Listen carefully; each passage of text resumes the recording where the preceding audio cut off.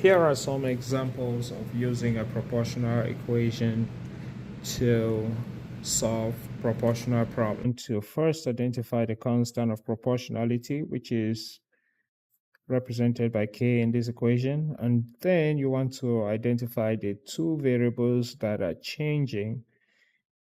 One, the dependent variable, which is usually represented by y, and the independent variable represented by x.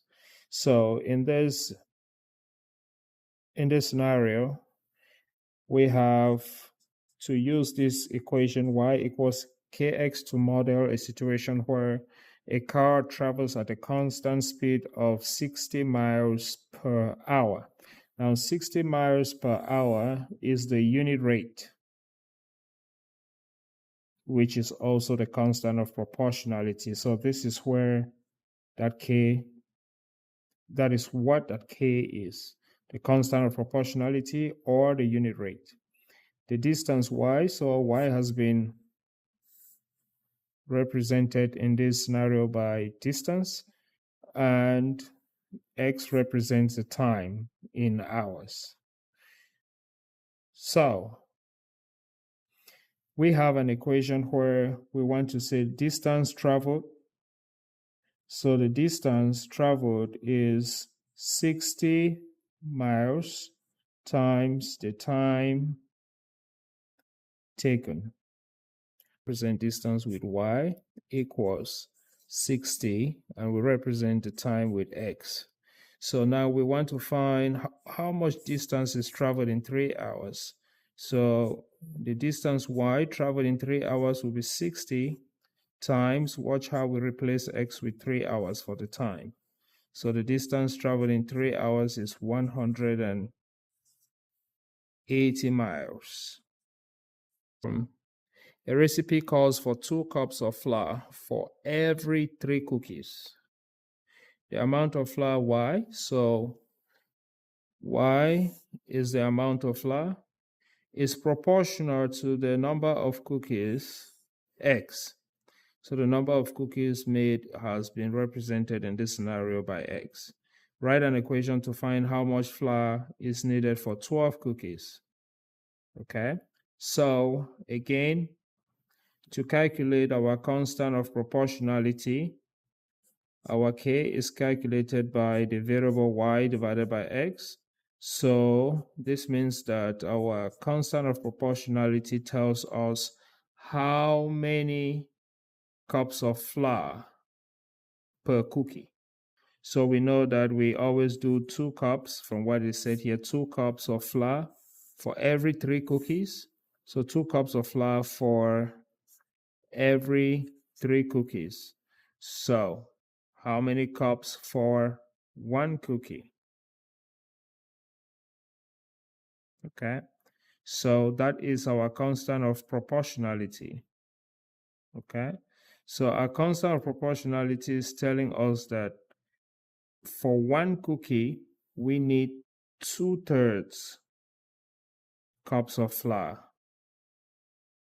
as this y here represents flour in cups, and this x here represents the cookies. So this constant is saying that we need 2/3 cups of flour for 1 cookie. So this constant of proportionality is the unit rate, so per cookie. So 2/3 cups of flour per cookie. All right. Another way of getting that constant is to use the regular proportion, which could say 2 cups gives you 3 cookies. Therefore, 1 cookie, how many cups? So to get 1 cookie here, we divide here by 3, and we divide on this side by 3. So 3 divided by 3 is 1. So 1 cookie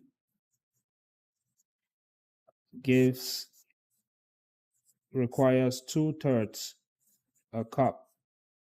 Okay, so 1 cookie is 2/3 a cup. You can get your constant of proportionality from either of those. So Now that we know what k is 2/3, we can write our equation as y equals 2/3 x. So now, how much flour for 12 cookies? So the flour, which is y, for 12 cookies will be 2/3 times, so we replace x with, okay, now let's use a dot for multiplication because we have x here. We don't want to get confused with that multiplication sign and x. So times 12/1. We're replacing x with 12. So how much flour will be 2 times 12, which is 24. And we divide 24 by 3. So we will need 8 cups of flour. The cost, y, of buying apples. So when we buy the apples, the cost is represented by y. The cost is proportional to the weight of the apples in pounds. Okay, so this y right here will represent cost, and this x right here will represent the weight of the apples. Okay, in pounds, the weight of the apples. Now, this constant of proportionality, which is k, is y divided by x. That will mean the cost for 1 pound. That is what that k represents, that constant of proportionality or the unit rate. So if 5 pounds cost $15, that's the information right there. That will help us find the cost for 1 pound. So if 5 pounds cost $15, write an equation relating the cost and the weight, then find the cost for 8 pounds. So 5 pounds, so we can do multiple ways. We could say the 5 pounds of apple cost $15. To get 1 on this side, we simply divide this 5 pounds by 5, and we also divide over here by 5. So 1 pound will cost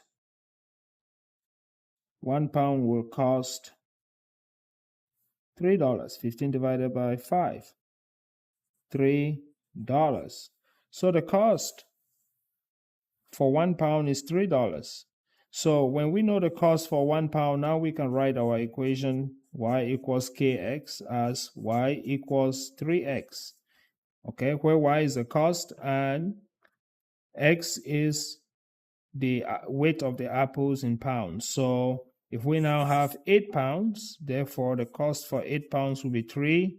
And watch how we replace x with 8 pounds. So the cost for 8 pounds of apple will be $24. A gym membership costs a one-time registration fee of $30. This is the initial value right here. That will be the B.